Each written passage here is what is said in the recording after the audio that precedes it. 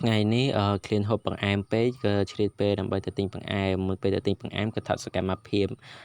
នៅក្នុងភូមិដើម្បីឲ្យមើលអ្នកទាំងអស់គ្នាមើលហើយនេះគឺថានៅក្នុងភូមិខ្ញុំគឺសម្បូរជាងគេគឺថាដើមចេកដើមឈើសម្បូរអ្នកគេដាំមែនតែនហើយក៏ផ្ទះក៏សម្បូរដើមឈើក៏សម្បូរហើយនៅភូមិខ្ញុំក៏គេអត់ធ្វើផ្លូវកស៊ូទេគឺផ្លូវគ្រួសហើយផ្លូវគ្រួសនឹងក៏គេទៅតែរៀបចំសម្អាតបានស្អាតឆ្នាំមុនទេបើការមុនទាញគឺថាសិទ្ធិផុកហើយណាមួយទៀតដីវាទាបផងទៅបានប្រហែលរយៈនឹងអញ្ចឹងទៅប្រហែលរយៈចូលឆ្នាំមុនអញ្ចឹងទៅគេក៏រៀបចំដាក់គ្រូដាក់អីហើយនេះគឺថាខ្ញុំទៅទិញបង្អែមនឹងហើយតាមផ្លូវនិយាយទៅតាមផ្លូវនឹងគ្មានអីអស្ចារ្យទេអ្នកទាំងអស់គ្នាមានដើមឈើដើមអីដូចខ្ញុំនិយាយកាលពីមុនអញ្ចឹងឯងដោយសារតែយើងនៅតំបន់ជនបទដូចគ្មានស្អីលបែងអីទេហើយនេះគឺតាមផ្លូវហើយ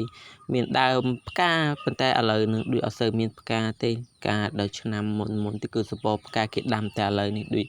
អត់ឃើញទេហើយខ្ញុំទៅនឹងគឺខ្ញុំទៅទិញតែបង្អែមដោយសារតែខ្ញុំឃ្លានខានហូបបង្អែមយូរហើយអញ្ចឹងទៅគឺខ្ញុំក៏ឆ្លៀតពេលដើម្បីទៅទិញផ្អែមណាមួយយើងមានលុយហ្នឹងណាពីតែយើងអត់មានលុយអញ្ចឹងទៅគឺថាពិបាកហើយនេះគឺថាតូបចិនតូបហ្នឹងគឺខ្ញុំធ្លាប់មកប្រហែលដងដែរអ្នកទាំងអស់គ្នាថតឲ្យអ្នកទាំងអស់គ្នាមើលប៉ុន្តែថ្ងៃនេះគឺខ្ញុំមកម្សាទេគឺខ្ញុំថតឲ្យម្សាទៀតនិយាយទៅមានអីអ្នកទាំងអស់គ្នាទៅដោះក៏អានឹងហៅក្រែមកៃនិយាយទៅក្រែមកៃនៅក្នុងខ្ញុំមិនសូវដែរបានហូបទេដោយសារតែយើងអត់សូវចំណង់ទេក្រែមកៃពីចឹងខ្ញុំចំណង់តែខ្ញុំហូបបង្អែមអញ្ចឹងហើយក៏ខ្ញុំជាពេទ្យថតក្រែមកៃថាក្នុងហ្នឹងវាមានក្រែមកៃមកអីខ្លះហើយនឹងនំអីខ្លះអញ្ចឹងណាហើយនេះ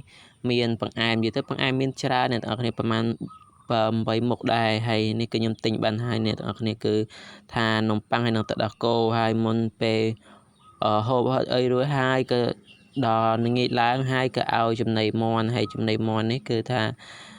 ឲ្យវាខ្ញុំបើទម្លាប់ខ្ញុំពេលខ្លះខ្ញុំឲ្យអង្ករពេលខ្លះខ្ញុំឲ្យស្រូវ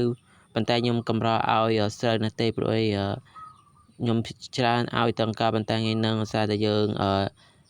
នៅលើហើយចឹងទៅគឺយើងបាទមកហើយនេះគឺជាមន់ហើយនោះមានមន់ដែលជាចំណាំប្រាប់អ្នកទាំងអស់គ្នាថាមន់ទឿមន់ព្រាបអ្នកទាំងអស់គ្នាគឺវាទឿអញ្ចឹង